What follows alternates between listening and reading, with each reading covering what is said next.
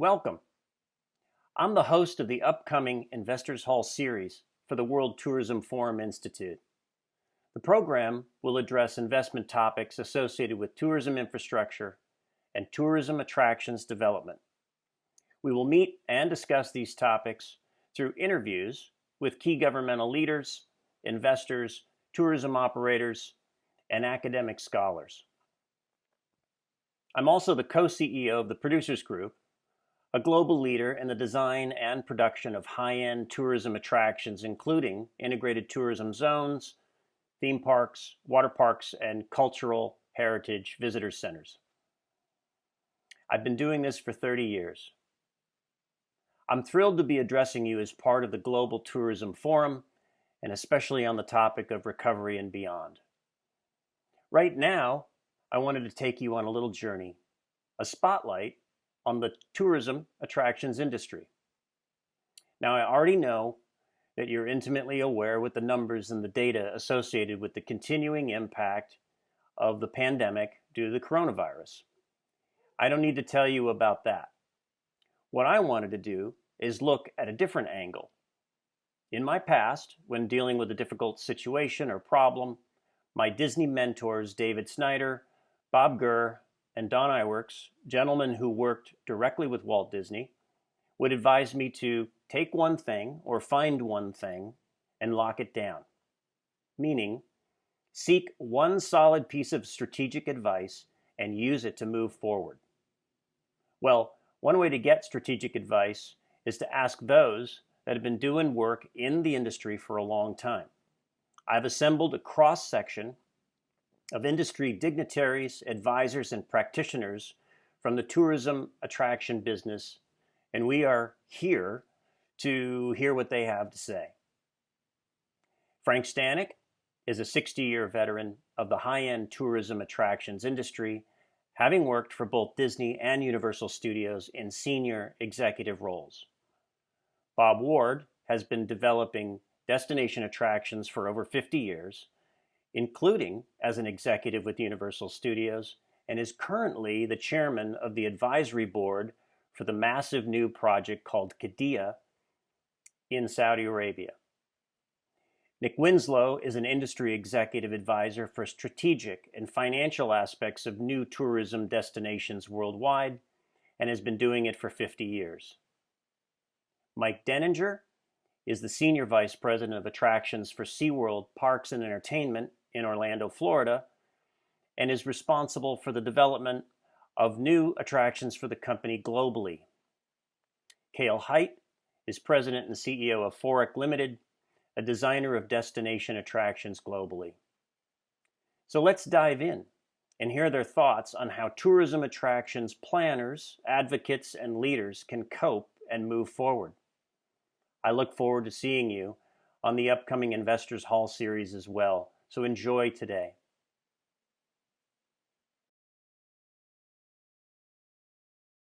Mike Denninger, welcome to the session. Thanks, Bob. Can you just take a minute to introduce yourself for the viewers out there? Yeah, sure. Yeah. Hi, I'm Mike Denninger. As Bob said, I work at SeaWorld Parks and Entertainment. I am the Senior Vice President of Attractions for SeaWorld Parks and Entertainment. So my role is to look over and develop all attractions. So that's basically all capital projects that we do in our parks domestically and internationally. So we have 12 parks in the United States. These are the SeaWorld brands that you may know, as well as we have a couple Busch Gardens parks and several water parks and Discovery Cove in Orlando. And I've been with the company my entire career, so over 30 years in this industry, this great industry. And my background is engineering and business. Fantastic. Thanks, Mike. Can you just take a second and tell us a little bit about your observations of the status of the tourism attractions industry out there, whether it's local, global, regional, whatever your personal opinion, what you're having to deal with your work? Let us know what's going on. Yeah, sure. Well, it's not very global for us, just in terms of all of the quarantines and the lockdowns and such. But our business is primarily a domestic U.S. business. And so our observations go to the local regions that we operate in. And so just let me give you a quick map of our company. We have 5 parks that are based in Central Florida. We have two parks in Virginia. We have a park up in Pennsylvania. And we have a park down in San Antonio, Texas, a SeaWorld, two parks in Texas. And then over in California, we have SeaWorld San Diego, and we have a water park. So our distribution is really spread within 6 regions, 5 states. And so our observations are really primarily based on our customer segment that we typically see for each of those parks, which is different because we operate in some of our markets are more regional based, like and some of them are more destination markets like Orlando and San Diego. Our business, however, is mixed as well. So we appeal to both those destination tourists in those destination markets. That goes from the international tourists, as well as local domestic drive, any of the tourists that would be coming into the regions. But whereas maybe a lot of those destination only parks rely more on those tourists, a big part of our business is also the locals that come. So think of like the pass holders, the people who have a membership in our facilities. Right. So we have this mix. And I think that has been a bit of our strength over the last several months, and especially as we've reopened, because a lot of the attendance comes from more local markets or nearby markets. And we really shine in that regard, especially when you can maybe compare us to others that might be more destination based. Yeah, right. And we've all been reading about the differences between the way the parks are operated or allowed to open under guidance in Florida versus other places around the country. In my home state of California, we're struggling quite a bit. How do you deal with that situation when you've got such varied conditions across all of your assets? Yeah, it has been such it's not even that it's been challenging, it's been a changing map, and a changing plan and process that we've had to put in place in each of our markets, and it's very different. And so I'll give you a few examples. So we have 12 total parks. We've opened 10 of them, which is pretty amazing that we've been able to open 10 of those parks.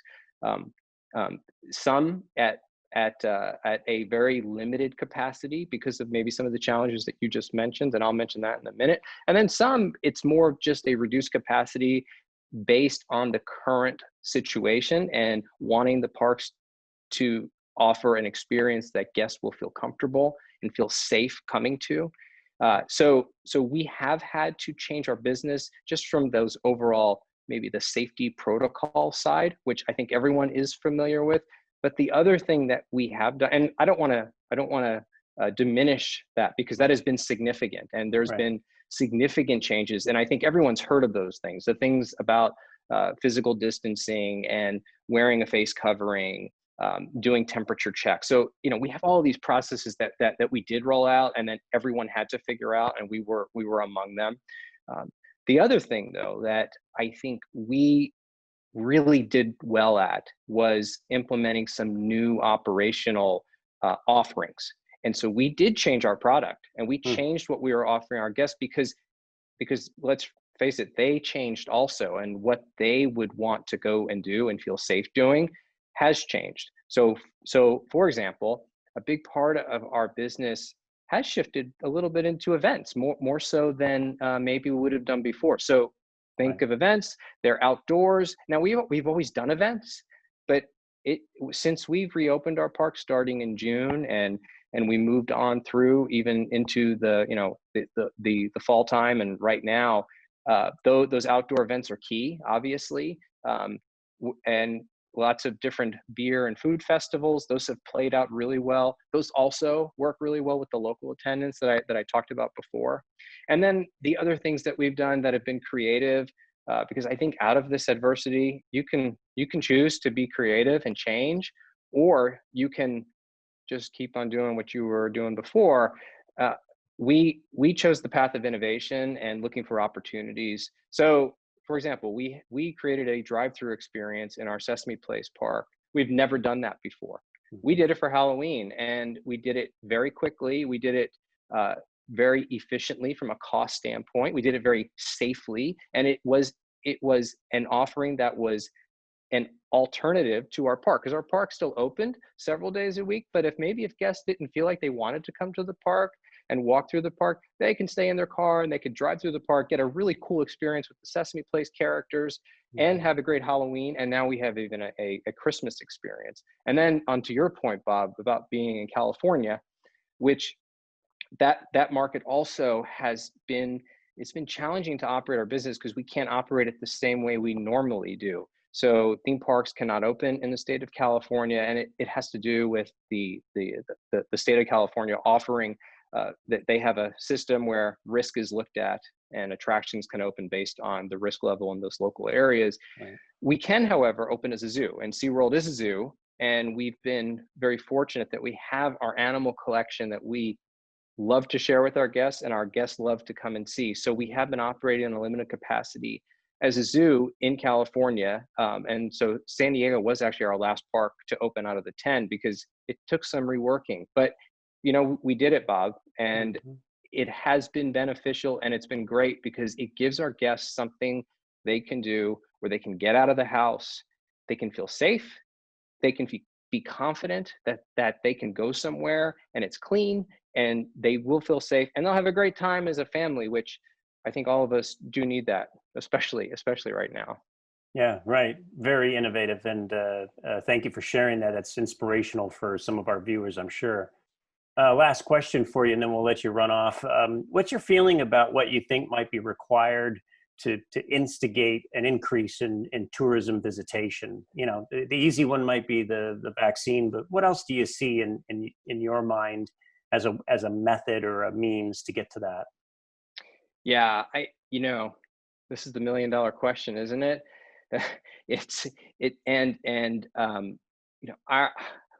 Our approach on this is we are taking the long-term approach, because as we've been through these last, has been 8 months now of unknowns and uncertainties, we've made moves to solidify our position. So like, we got to be ready financially, right? And we have to also be ready with our product, and we have to be ready for our guests, and we want to give them what they want, and those needs have changed a lot. I think we will continue on that course, and we will continue offering what we've been offering. It has proven that we've actually, our attendance as a percentage of 2019 has gradually increased from June. Every month we have seen a substantial increase. We just did a Halloween event that we just finished a few weeks ago in Tampa, which is our biggest Halloween event of all of our parks, and we did 60% of our 2019 Halloween event. That's pretty substantial. That's really great, because in the early days we were not doing that level of attendance. And I think what that shows is the consumer segment is still there, and you have to give them a good reason to come. We will continue to do that, but at the same time, we have to be ready. We have to continue to watch our costs, and just be smart in what we're offering, because people need to feel confident, and they just know that it's going to be safe. And so I don't think there's a magic or silver bullet here. I think the vaccine is the easy one, and let's face it, I think we're all waiting for the vaccine, but it's going to even take time for the vaccine to roll out, and we're still going to be open. And so we will continue to offer what we can offer to our guests, great family experiences that are safe, and it's the great quality brand that they are used to, just maybe in a slightly different format. Very good. Well, Mike, we're going to end it off right there on this little spotlight. And I really appreciate you coming on and giving us some information from your world. So thank you very much. Sure thing, Bob. Thank you. It's a real pleasure to welcome Frank Stanek to this spotlight on the tourism attractions industry. Frank, before we get into the questions, can you just give us a brief introduction of yourself? Sure, Bob. Thanks for having me. I've been working in the destination tourism development industry for over 60 years. And in that time, I've traveled to over 50 countries, working in those countries to bring tourism activities and theme park attractions to those countries. And I'm still active in my advisory practice. Fantastic. And I know from your past experience of having worked at both Disney and Universal, you've got a long history of having to deal with issues related to project development and grander development issues within other economic problems. So thank you very much for being on the show.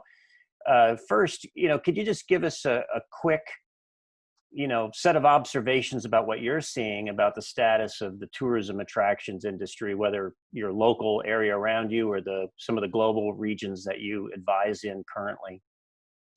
Well, again, there's no question the current pandemic is really devastated big chunks of our business and people are afraid to travel. But what I've seen over time is that this is an economic disruption that typically run their course out in 12 to 30 months. And I think we're about halfway through what is the normal range of about 18 months right now in getting through such economic issues. And I think, this is going to run itself, and probably as soon as the vaccination gets distributed, that we all have high hopes for within the next 6 months, probably, we're going to now start seeing a recovery. And, I think that's the thing we need to be thinking about. We want to bring back the spontaneity of life that humans need, and it's going to come back soon. Excellent. Good points. I'm just wondering, in the time that you've been around, can you make any comparisons, contrast, or parallels between past downturns and major economic events that you've had to deal with? How did you deal with those in the past when you had project developments and I'm talking about new projects or capital investments that were happening as the events were happening? Well, as a comparison of something similar, I mean, back in the 70s, right after we opened Walt Disney World, we had a gas crisis in this country, a gasoline crisis. And people were facing long lines to get gas, and they were afraid to travel. They didn't think they could drive from New York or Massachusetts to Walt Disney World and take a family on vacation. They were afraid they never were going to get home. But once that fear dissipated, because they found out that there was plenty of gas, it was just going to cost them a little bit more, that whole trough of tourism letdown just went up the other side again and returned back to normal in a very short period. So today, what are we doing? We're fearing a virus that is, by government mandate and our own fears, is keeping us home, keeping us close to home, keeping us from traveling, keeping us from visiting foreign locations. And I think that once that fear is mitigated, again, by what we see, the medical knowledge that we've accrued and the vaccination potential coming online, this is going to be over again, and we're going to see a big upswing back to normal tourism travel. I also have been traveling around California, just to see how the impact is. And I just come across a big pent up demand for travel again. People are getting, the service industry is tired of not being able to serve the tourists, and the tourists are tired of not being able to travel. This just leads to a big pent up demand, which I think is going to be really beneficial on the backside of this. And I think it's a short way away. Yeah. You follow me? Yeah. Yep. I understand. Do you have any predictions or feelings about what might be required to instigate an increase in tourism visitation? I mean, other than the obvious ones of, a vaccine shows up. You think there's anything that we could do to sort of prompt that in the meantime as an industry? Well, yeah, as an industry, a lot of us have had projects in works, and those projects, as far as I'm concerned, should continue. I mean, those projects should be continued through development. They should be continued through construction, and many are. You see that. I also believe some of the projects that might have been on the boards and have slowed down should be speeded up again. And you see that. I see that happening in spots around the world where, people are bullish. They're bullish, and that's what you have to be. You have to be bullish because you want to be ready when the travel returns back to normal. And in my belief, it may be a big spike at the early part of this. So you need to have your projects online. You need to have them ready, and you need to have your organization prepared to handle them. Perhaps in a way that you haven't quite done before, but now's the time to think about how you do that and how you bring the entertainment and the experience values that the tourists and travelers and visitors are looking for. So you're not only just seeing a pent-up demand, but you're saying that there's a very good chance that we're going to see visitation demand and in really high numbers once people can come out. Yeah, it may take a while. It may be a slow start, but I think it's going to get back to a peak very quickly. And again, I think it's sort of like if you want to take the experience of Universal Osaka, where we projected 9 million visitors the first year, and we got 11.5 million because the pent-up demand of that project drove it. And then it went back to what the normal attendance was, and should have been around 9 to 10 million.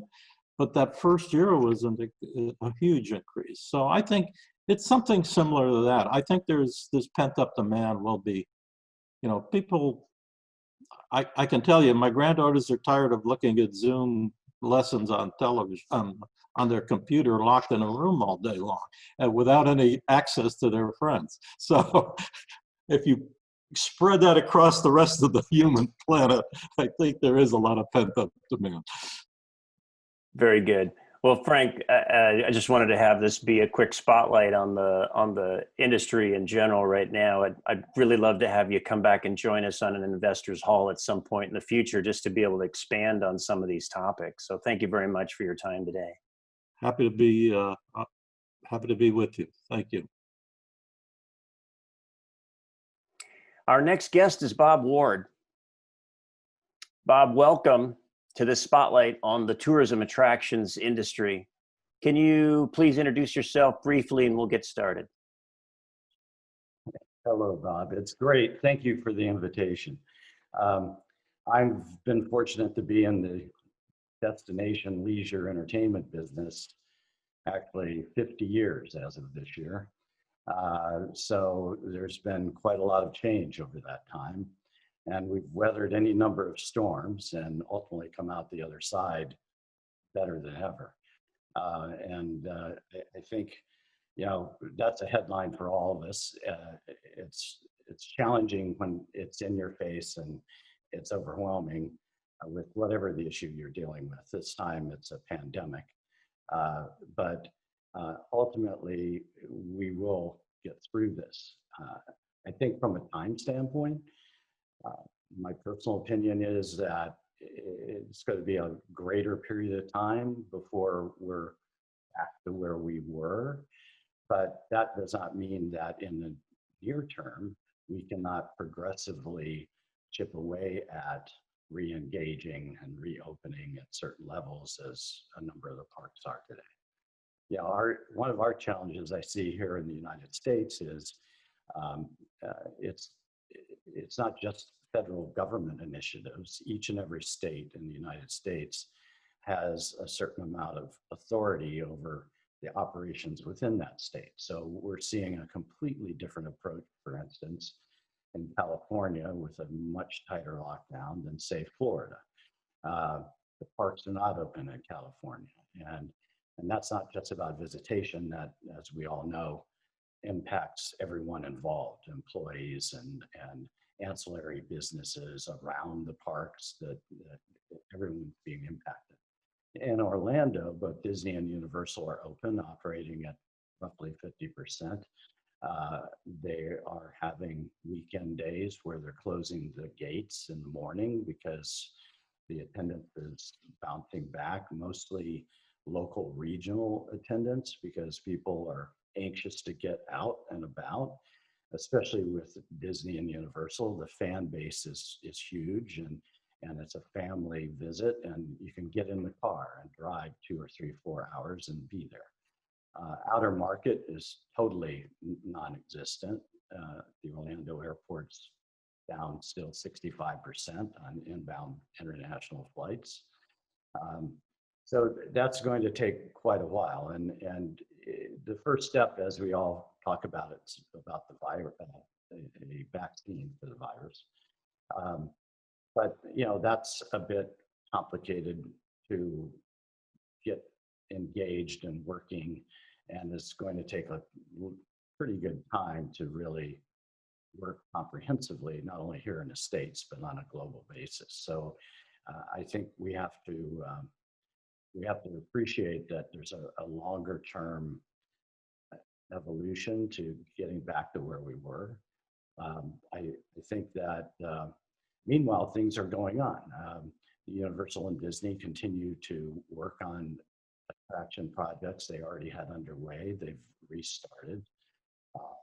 Universal's new coaster they're building in Jurassic Park at Islands of Adventure is still underway. And so there's select things still happening that can be managed and controlled. So no one's just sitting there doing nothing. So I think that another thing that doesn't get talked about a lot are all the other parks, the regional parks, Cedar Fair, Dollywood, different scope and sizes. All this affects them completely differently. And in some ways, they likely have a better opportunity to come back more quickly because, they are a different kind of destination with a much broader open space and really rely on regional visitation more so than anything internationally. I think we look international to China.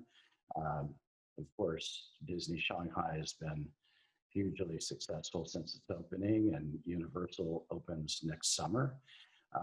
And you're in a country with billions and billions of people, and there's a pent-up demand. And they've been doing a pretty intense job of managing the recovery. So likely by next summer, when Universal opens, there'll be a significant amount of attendance that will actually take place.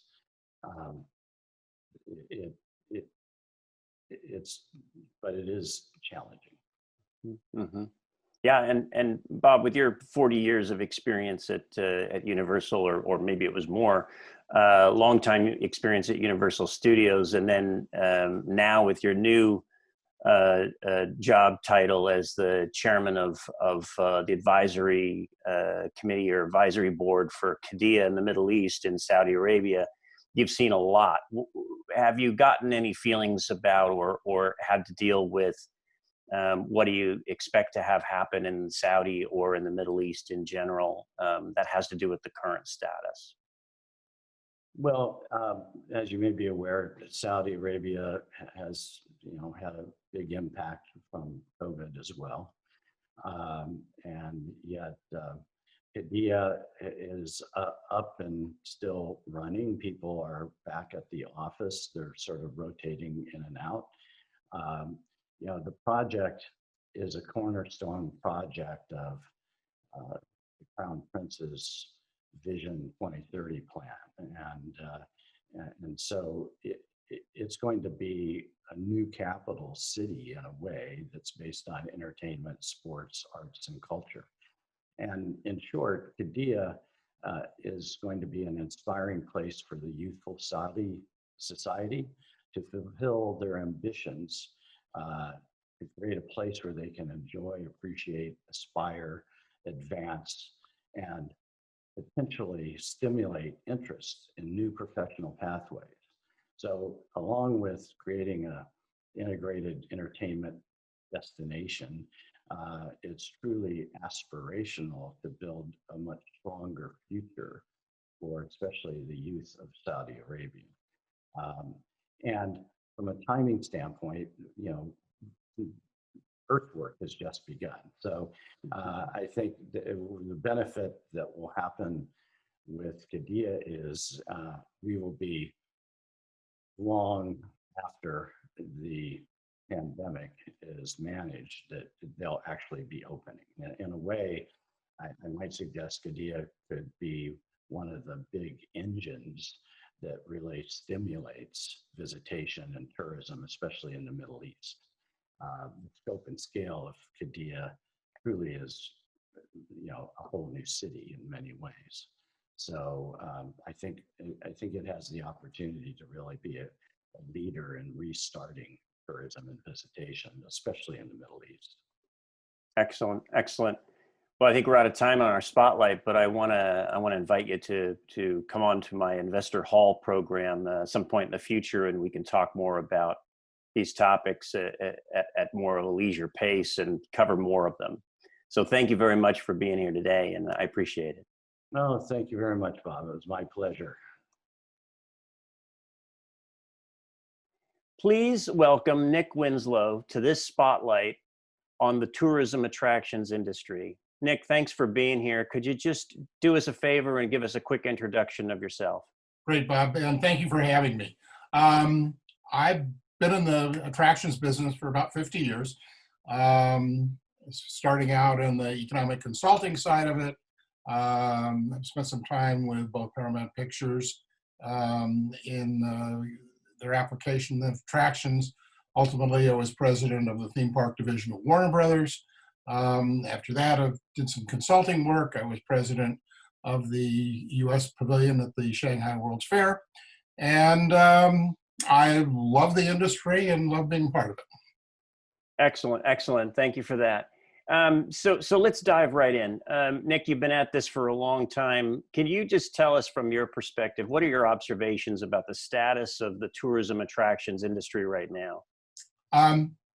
This has been the single greatest negative event in the history of the attraction business. We went through 9/11. That involved personal security, but it was perceived as limited. You had to get on an airplane or something like that, or they were going to bomb Disneyland.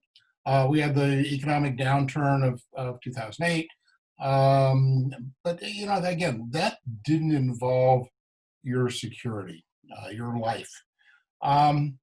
This one is so much different because it's worldwide. It's enormously widespread. Secondly, attractions are entirely discretionary. You go there because you want to. You want to have your good time with your women friend or your girlfriends or your family. And so it's easy to say, well, I'll wait till this is over. And then, of course, you have the restrictions on even opening. And they're, again, because it deals with health, it's so much more pervasive than 9/11. And so, yeah, it's a disaster. I did look at some numbers here. The impact on the American attraction industry is about $18 billion, 125,000 jobs lost. Disney, $2.5 billion impact. Universal revenues are down 81% their parks business. Six Flags went from a profit of $338 million to negative $528 million year to year. So I mean, it's and you look at my friends at Village Roadshow in Australia, which had even a double whammy. They're both in the attractions business and the cinema business. Right. They're for sale right now, 20 cents on the dollar. So it is pervasive. We don't have a quick solution for it. You know, the main companies are, and all the companies are running through their cushions. The ability to maintain a going concern, Merlin, which one of the giants in our industry, has reported that they are, you know, their future is in doubt. So yeah, it's it's difficult. It is difficult. So I know you don't have a crystal ball, but if you had a gut reaction on, you know, how much longer you think this is, you know, barring some sort of medical breakthrough or some other item, just your guess or feeling, what do you think is the timeline of this thing? Well, I think there will be a medical breakthrough, and that will be necessary to begin to move to normal. You know, and then we have to distinguish between regional attractions and local attractions. The regional attractions, the big Disney parks, Universal, et cetera, like that, which are bringing people in, you know, rely 50 to 70% on people who travel to get there. And so for those people, they have double the risk, the perceived risk of travel and the perceived risk of being in an environment with a lot of other people whose, you know, behaviors they can't control. And so that's a problem. And again, it's an entirely discretionary trip. You don't have to do this year. The regional attractions have the singular problem of maintaining a safe environment for, you know, the crowd, but they're not subject to the same travel risks as the people going to the regional attractions. So how long will it last? My guess is that we are 2 years away at a minimum from beginning to return to any form of normalcy. Again, this is particularly for the destination attractions, since travel plans require advanced planning, you know, et cetera, whereas the people in the regional attractions, they can respond very, very quickly to changes in health perceptions and economic situations. So the regional attractions will respond more quickly than the destinations. But again, for the destinations, the big guys, you have to, you know, alleviate the travel risk, and then you have to alleviate the crowd control risk.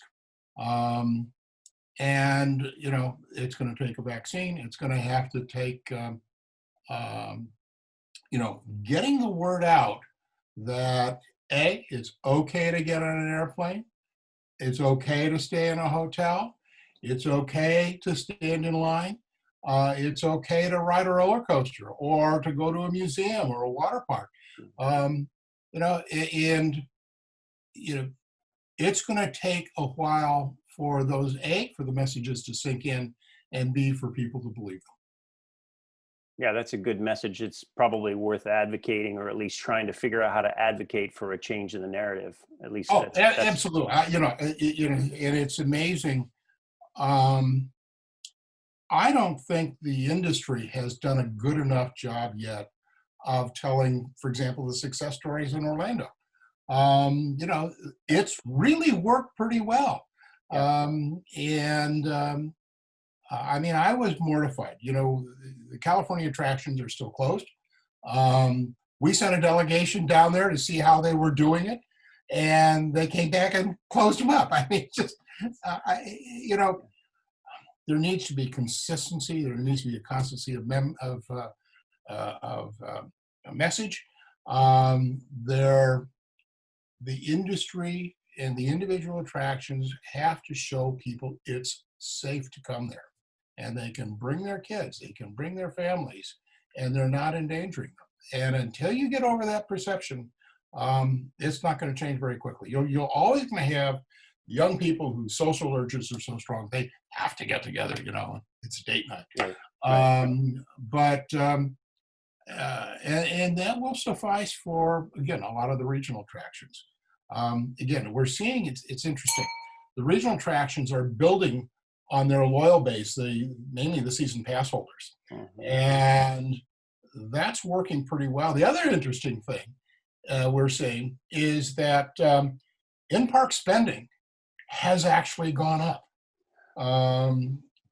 which is something that I certainly didn't foresee. Right.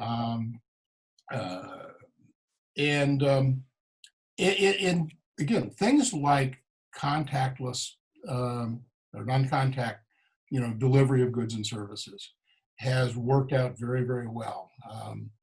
The technology approaches and the program approaches to keep these places safe are really getting pretty good. But it's going to take a while to get that message out there. Very good. Last question.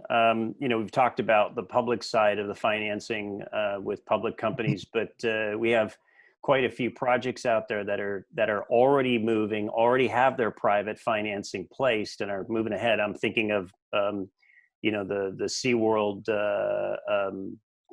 Abu Dhabi project rolling forward. Obviously, Disney's moving forward with the Disneyland Paris, and Universal's active at Universal Beijing to roll forward.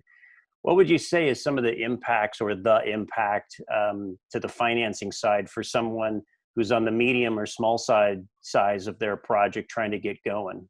Mm-hmm. First of all, what we've seen is not necessarily people canceling their expansion plans. These are for existing attractions, but they are slowing them down. The people at Hershon, for example, they're revising their plans almost weekly these days. I think you got to be very light on your feet and very responsive to changes in conditions that can change rather rapidly. What I would see is, really a spreading out of the existing capital programs. I don't see a lot of them being canceled either. I mean, parks are moving ahead. Now, the Middle East is a different animal because they're coming from sovereign funds and things like that. Right. The big Saudi thing looks like it's going to go full boat ahead, which you wouldn't find, I don't think, anywhere else in the world. But the most of the companies and all of the smaller ones are just having to be very judicious in the rate at which they're burning through their capital. But that'll continue. I think new projects are going to be much more difficult. We saw it in 9/11, and we're seeing it again now. The enormous risks involved in the commercial recreation business have really been exposed by this. People are seeing what can happen, and some capital just simply risk averse, and unless they see the kind of returns against the risk reward ratios that they want to see, I think new money going into new attractions is going to be extremely difficult to secure. Now, what can you do about that? I think there are a number of things that governments can do. They can give beneficial deals on land acquisition, on real estate taxes. When we built our park in Germany, for example, we got 10% of the money from the government of North Rhine-Westphalia in exchange for promising X number of jobs per year for 5 years. And it worked its way down at 20% a year until the thing had been fully amortized. Those kinds of programs aren't crazy. And so I think, the smart governments will, look at the employment opportunities, particularly in a depressed employment market, and they'll use those kinds of tools available to them to stimulate investment and reinvestment as well. Excellent. Really good points, and thank you for that. That final question reminded me that we should probably take a little bit more time on an upcoming investors hall to cover some of these topics. So if you join me in the future, that'd be great. But in the meantime, I wanted to say thank you for your time. That's all we have time for today, and really very much appreciate it. My pleasure, Bob. Good to see you. Okay, take care. Please welcome Cale, Heit to this spotlight on the tourism attractions industry. Cale, can you please introduce yourself briefly before we get started? Sure. Thank you, Bob. I appreciate the opportunity to speak to you about this important subject. So my name is Cale Heit, and I've been with Forrec for almost 30 years now. I am the president and CEO. We are an experience design company based in Toronto, Canada. Excellent, excellent. And thank you for being here, Cale. I really appreciate it. Could you just take a moment and just tell the audience a little bit about what your observations are about the status of the tourism attractions industry, you know, from your perspective, whether it's global in the areas you work in or whether it's local in the region that you live? Just give us a little update on that. Sure. I'll try to encapsulate many regions. Forrec is a global company, and so we work all over the world. Here in North America, we're definitely experiencing a slowdown. We see many of our clients putting projects on hold or delaying the start altogether. And that is something that we perceive that's going to happen for a little while longer because of the current lockdowns that we see. In Europe, actually, it's interesting. They seem to be picking up in terms of tourism through the summer, but unfortunately, due to the increased cases, we're seeing that slow down as well. And currently, I think there's lockdowns in most countries in Europe. Our biggest market is actually in China and Southeast Asia. And that's a very different story that we're seeing globally. Right now, China's almost in a post-COVID world, and I know that sounds funny because they don't have a vaccine, but they are able to manage COVID quite effectively, I think, from what we see. We have an office in Shanghai, and they report on what's going on there. It's definitely a different world there. And as a company, we are experiencing an uptick on projects, whether they were on hold earlier and now are starting. Some past leads have turned on to proposals, and hopefully will start soon. And we see new leads as well. So I think in overall, China and Southeast Asia seems to be a benchmark for the industry that, and maybe something we should look at how they're managing not only when COVID happened, but how the growth and the impact of the industry is happening very quickly from when initially they shut down many months, actually almost a year ago in March, not quite, but almost. Right. And as you look across that sort of varied landscape that you're dealing with, whether it's Southeast Asia or China or even domestically or in Europe, you know, what do you see are the related impacts to that current situation, whether financial, operational? How are your clients dealing with moving forward? Are they stopping? Or are they delaying? Are they rolling forward? What's the feeling that you have there? That's an amazing question because it varies depending on region. In North America, you know, the tourism that we see that's increasing most is anything that is local or basically domestic, where you can get in your car and drive to. People are apprehensive about getting on planes or boats or trains to travel almost anywhere beyond kind of a day's drive. So anywhere where there's you know, remote you know, resorts or national parks or golf courses, outdoor attractions seem to be really something where people can social distance is really working well. And it's funny, example is we see RV sales in huge growth, and people that I wouldn't imagine going camping are camping. And so it's an interesting turn. And I think for North America, outdoor attractions where people can socially distance themselves, I think we'll continue to see growth. And again, it depends on local restrictions and so on. In China, it's amazingly different. As I mentioned earlier, COVID, they seem to be past the limitations or restrictions on COVID. And I'm sure we've seen it in the media here in North America. they've opened up, and many of their attractions, they're experiencing almost the opposite. And that's what I envision actually for globally, once people build that confidence and the lack of, I guess, the fear of not sharing experiences and memories with not just your family and your friends, but also as a greater community.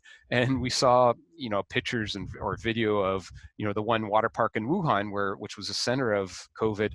It was jam-packed with people, and we see that all over China now. A lot of their tourist destinations are really busy. Now, they're not international tourists, they're domestic. And there's I don't believe, and I'm not 100% sure, but I don't believe a lot of the Chinese tourists can go outside of China. So there's a huge influx of domestic tourism. I see that actually happening worldwide. That in the next, half year or so, when things start opening up, people will focus on local. They won't be getting on planes. They won't be flying internationally, at least for the short term. But when that does happen, I see the demand being huge, and you can only imagine what that means for operators. Frankly, I think we need to be prepared for that. At that time, I'm hoping that social distancing and a lot of the safety measures that we're putting in place now, which are critical, will be alleviated, or at least somewhat reduced, to allow people and allow capacities to increase in major attractions for the sake of the businesses, because that's what we need. We need more people in these attractions. Excellent, excellent. One last thing, you talk about how China's been able to make a change in their tourism industry and their travel industry, just visitations up like crazy. Do you have any feelings about how that could be applied in other places, or what other things might be required to instigate an increase in tourism visitation in some of the other regions around the world? Yeah, in the shorter term, I think it's confidence, and it's a confidence that people will feel safe going to, whether it's a resort or a movie theater or attraction, and fundamentally, that's going to take time. I really honestly think it will take some time to do that. To mitigate that, though, what I would recommend, and there's a variety of things that I think people can do for the shorter term. Safety measures are being put in place, and the communication is very strong. That's important to bring confidence for people to enjoy local attractions. But I think also there's things that operators can focus on, such as loyalty programs. They can look at trying to bring back those season pass holders and giving them special treatment or discounts or whatever it may be, because we have a group of people returning on a constant basis, rather than trying to obtain a larger number of individual tourists. You can increase your per cap spend, I'm hoping. The other thing that I would recommend with operators is to think about, okay, with lower capacities, what can I offer that can help me, because I'm not going to get more revenue with less tourism or less numbers, but what can I do? And again, it's how to increase that per cap spend. And one of the things I think would be an opportune thing is to think of really immersive premium service experiences. So think of upping what you're offering to your guests and giving more one-on-one personal experiences, or a higher level of service that you'd never offer in these large capacity destinations, but being more focused on individual guests and offering something special and something unique, and really celebrating that, I think will help out in the shorter term. The longer term, as I said, I think the demand is there. We're all pumped up. We're wanting to get on a plane. We're wanting to travel. I think once that confidence is there, the demand will be there when people feel safe. So I don't think there's a lot of special things we need to do. I know personally, I can't wait to get on an airplane and travel and experience the globe again. And I think we see that all over the world, and we see that in China right now. Excellent points. Thank you, Cale. I really appreciate it. That's all the time we have for on this spotlight, but hopefully we'll have an opportunity to have a longer conversation in an upcoming Investors Hall. So thank you very much for being part of this. Thank you, Bob. I really appreciate it.